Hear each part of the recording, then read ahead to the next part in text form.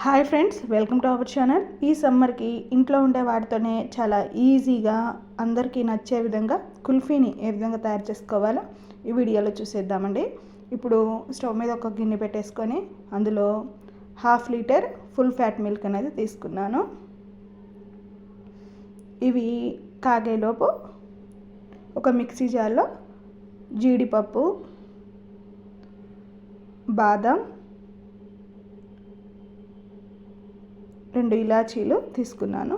జీడిపప్పు, బాదం పప్పు 2 టేబుల్ స్పూన్స్ అయితే తీసుకున్నానండి. టేస్ట్కి తగ్గట్టుగా షుగర్ని వేసుకుంటున్నాను. వీటిని బాగా బ్లెండ్ చేసుకొని పక్కన పెట్టుకుందాము. ఇప్పుడు వేరొక బౌల్లో 1 టేబుల్ స్పూన్ కార్న్ఫ్లోర్ని, తర్వాత కొంచెం పాలని యాడ్ చేసి ఉండలు లేకుండా బాగా మిక్స్ చేసేసుకొని పక్కన పెట్టుకోవాలి. ఇది ఈ విధంగా పక్కన పెట్టుకున్న తర్వాత మనకి ఆల్రెడీ స్టవ్ మీద పాలనే కాగుతున్నాయి కదా. ఇప్పుడు మనం రెడీ చేసుకున్న జీడిపప్పు, బాదం పప్పు పౌడర్ని యాడ్ చేసేద్దాము. నేను షుగర్ని మిక్సీలోనే వేసేసుకున్నాను. మీరు కావాలంటే డైరెక్ట్గా పాలల్లో వేసుకున్నా సరిపోతుంది. ఇప్పుడు వీటిని యాడ్ చేసేసుకొని బాగా మిక్స్ చేసేసుకున్నాము. ఇలా మిక్స్ చేసుకున్న తర్వాత మనం ముందుగా రెడీ చేసుకున్న కార్న్ఫ్లోర్ మిశ్రమాన్ని కూడా యాడ్ చేసేద్దాము. ఇది యాడ్ చేసిన తర్వాత మనం ఎక్కడ ఆపకుండా బాగా కలుపుకుంటూ ఉండాలండి. ఇలా కలుపుతూ ఉన్నప్పుడు మనకి ఇలా థిక్ కన్సిస్టెన్సీ వస్తుంది. అలా వచ్చినప్పుడు దీన్ని స్టవ్ ఆఫ్ చేసేసి పూర్తిగా చల్లారనిద్దాము. ఇది ఈ విధంగా చల్లారిన తర్వాత ఐస్ క్రీమ్ మోల్డ్స్లో పోసేస్తున్నానండి.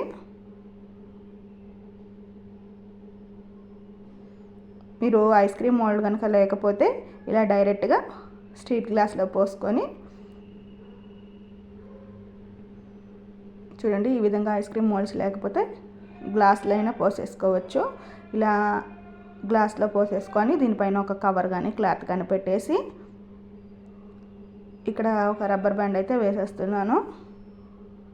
వేసేసి ఒక స్టిక్ పెట్టేసి 8 అవర్స్ పాటు కానీ లేదంటే నైట్ అంతా కానీ ఫ్రిడ్జ్లో పెట్టేసుకుందాము. డీప్ ఫ్రిడ్జ్లో పెట్టేసి తర్వాత నెక్స్ట్ డే తీసేటప్పుడు కొంచెం వాటర్లో పెట్టేసి తీసుకుంటే మనకి చూడండి ఈ విధంగా ఈజీగా వచ్చేస్తుందండి. ఇంకా ఐస్ క్రీమ్ మాల్స్ని కూడా కొంచెం సేపు వాటర్లో పెట్టేస్తే మనకి తీసేటప్పుడు చాలా ఈజీగా వచ్చేస్తుంది. అంతే అండి, ఎంతో టేస్టీగా ఉండే